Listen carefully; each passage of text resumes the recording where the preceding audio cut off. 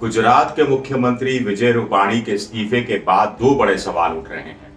पहला सवाल यह है कि क्या बीजेपी अब गुजरात का विधानसभा चुनाव भी अगले साल फरवरी मार्च में होने वाले उत्तराखंड और उत्तर प्रदेश के चुनाव के साथ साथ करवा लेगी, या फिर बीजेपी अगले साल नवंबर दिसंबर तक का इंतजार करेगी जब विधानसभा की अवधि पूरी हो।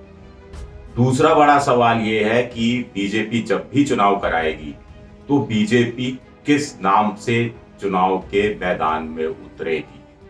गुजरात मॉडल के नाम पर वो चुनाव लड़ेगी, विकास के नाम पर चुनाव लड़ेगी, या फिर बीजेपी की अब मजबूरी हो गई है कि उसको सांप्रदायिक ध्रुवीकरण, लव जिहाद, धर्मांतरण, गाय दंगे, इन सब का इस्तेमाल करना पड़ेगा, इन सब का उपयोग में इन सब चीजों को लाना पड़ेगा। नमस्कार, मैं हूं विजय विद्रोही और आप देख रहे हैं अनकट। इन दो बड़े कारणों की हम विश्लेषण करने की कोशिश करते हैं। सबसे पहले बात, क्या गुजरात में चुनाव नियत समय से 6 महीने पहले हो जाएंगे?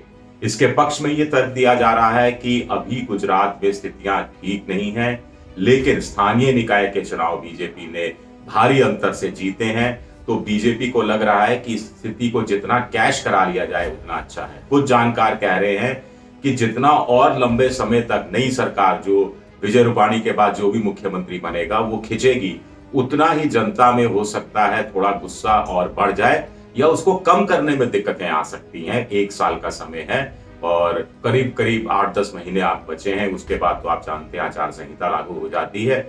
इसलिए बीजेपी का एक धड़ा कह रहा है कि चुनाव पहले करवा लिए जाएं और उससे ज्यादा फायदा हो सकता है राजनीतिक।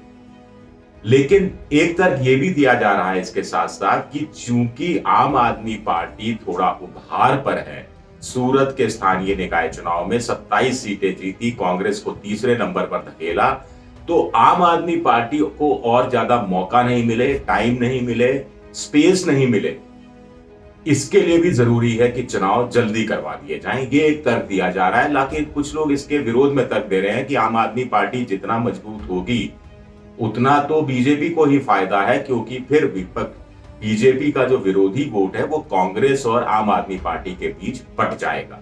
ये भी तर्क दिया जा रहा है। इसलिए समय पर चुनाव कराया जाना चाहिए जो नवंबर दिसंबर में होगा। यह भी कहा जा रहा है कि उत्तर प्रदेश बीजेपी के लिए जीतना बहुत जरूरी है, 2 वजह से। एक, 2024 का रास्ता उत्तर प्रदेश से होते हुए जाता है, और दूसरा, उत्तर प्रदेश में पिछली बार जो 325 सीटें थी वो सीटें लाना भी जरूरी है जीत के साथ साथ, क्योंकि उत्तर प्रदेश के विधानसभा चुनाव के बाद राष्ट्रपति चुनाव होने हैं और बीजेपी अपना अपर हैंड रखना चाहती है कि यानी अपनी मर्जी के किसी भी व्यक्ति को वो राष्ट्रपति बनवा सके। अगर सीटें कम हुई, कम अंतर से बीजेपी जीती, तो उसका जो इलेक्टोरल वोट है राष्ट्रपति चुनाव का वो और ज्यादा कम हो जाएगा। आप जानते हैं 51% वोट चाहिए होता है, अभी भी 49.5% ही है। अगर और कम हो गया तो बीजेपी को दूसरे दलों की सहमति का उम्मीदवार राष्ट्रपति के लिए उतारना पड़ेगा। बीजेपी इससे बचना चाहती है। आप जानते हैं क्यों बचना चाहती है। बहुत से कंट्रोवर्शियल बिल होते हैं जो राष्ट्रपति के हस्ताक्षर हो जाते हैं अगर अपने ही पक्ष की बात हो, या फिर राष्ट्रपति उन बिलों को, अध्यादेशों को जल्द मंजूरी दे देते हैं। ये सारी चीजें हैं जो आप जानते हैं कि सियासत में कितना काम आती हैं, संसदीय राजनीति में।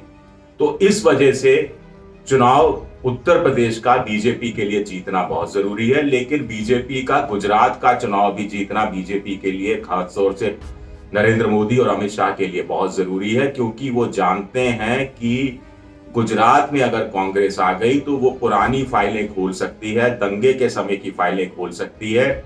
गुजरात मॉडल की हकीकत जो भी है, जिस भी रूप में है, उसको बढ़ा चढ़ाकर, थोड़ा जोड़ तोड़ करके, आंकड़े आप जानते हैं, आंकड़ों की कारगुजारी करके कांग्रेस मोदी को बदनाम करने की, सियासी रूप से बदनाम करने की कोशिश कर सकती है। इसलिए भी बीजेपी चाहती है कि चुनाव गुजरात का किसी भी सूरत में जीतना है, इसीलिए विजय रूपाणी को बदला भी गया है।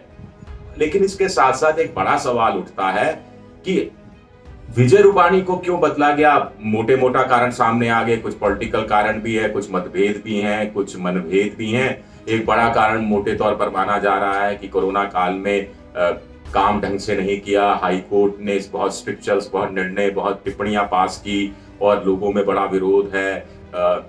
कोरोना काल में गुजरात मॉडल की पोल खुल गई है, गुजरात मॉडल पूरी तरह से ध्वस्त हो गया है, विकास कितना हुआ है नहीं हुआ है ये बातें खुलकर करते थे कि बाहर आ गई हैं। ऐसे में कुछ जानकार कह रहे हैं कि बीजेपी किस मुंह से ये चुनाव विकास के नाम पर लड़ेगी।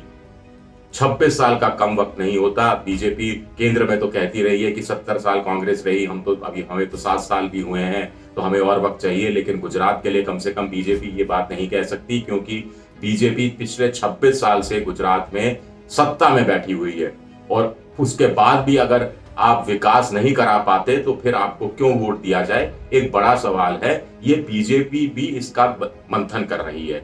तो कुछ जानकारों का, जिनसे मेरी बात हुई अहमदाबाद में, जो बड़े वरिष्ठ पत्रकार हैं, 25, 30, 40 सालों से कवर करते रहे हैं, उनका कहना है कि बीजेपी के पास इसके अलावा कोई विकल्प नहीं बचा कि वो सांप्रदायिक ध्रुवीकरण करे, वो लव जिहाद के मुद्दे को हवा दे, धर्मांतरण के मुद्दे को हवा दे, और इस तरह की चीजें करे जिससे कि ध्रुवीकरण और ज्यादा हो सके। वैसे तो गुजरात में कहा जाता है कि जितना ध्रुवीकरण था होना था वो हो चुका, इससे ज्यादा क्या ध्रुवीकरण होगा। कांग्रेस को बावजूद इसके कि 35, 38, 40% वोट मिल जाता है, लेकिन कांग्रेस की सीटें बहुत टाइम बाद विधानसभा के अंदर 182 में से 77 पिछले चुनाव में गई थी। उससे पहले तो 50, 55, 60 के आसपास झूलती रही है, और बीजेपी 115, 117, 120 के आसपास झूलती रही है। पिछली बार बीजेपी 99 पर आ गई थी। यह बीजेपी के लिए खतरे की घंटी है। कांग्रेस बढ़कर 77 पर पहुंच गई थी।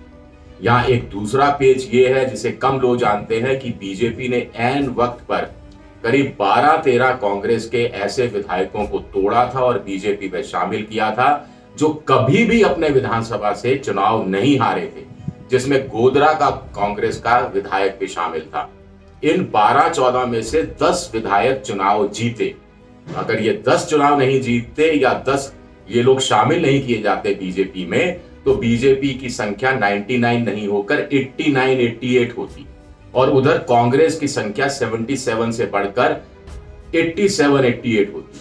तो बड़ा इंटरेस्टिंग टाइप हो जाता, या फिर कांग्रेस की स्थितियां और ज्यादा सुधर जाती और बीजेपी के लिए मुसीबत खड़ी हो सकती थी। तो पिछले विधानसभा चुनाव का सबक बीजेपी ने भी लिया है, और कहीं ना कहीं कांग्रेस ने भी इस रूप में लिया है कि पिछली बार हमने देखा था कि राहुल गांधी का हिंदू वाला रूप गुजरात चुनाव में ही सामने आया था। वो सोमनाथ मंदिर गए थे, दूसरे मंदिरों में गए थे, मस्जिदों और मजारों में कम गए थे, जनेऊधारी अपने आप को उन्होंने ब्राह्मण बताया था, और बहुत सारी इस तरह की बातें कही थी, और अक्षरधाम मंदिर, और खूब प्रसारित किया गया था उस वीडियो को, उन फोटोज को, मंदिर में जाने का वीडियो, आरती करने का वीडियो, तमाम चीजें। तो बीजेपी को ये डर भी कहीं ना कहीं सता रहा है, क्योंकि जानकारों का कहना है कि गिनाने के लिए उनके पास बहुत कुछ नहीं था। जो कुछ गिनाने के लिए था उसको कोरोना काल ने धो दिया है। तो ऐसे में बड़ा इंटरेस्टिंग होगा कि अब आगे होता क्या है। शुक्रिया आप सबका, बहुत बहुत शुक्रिया।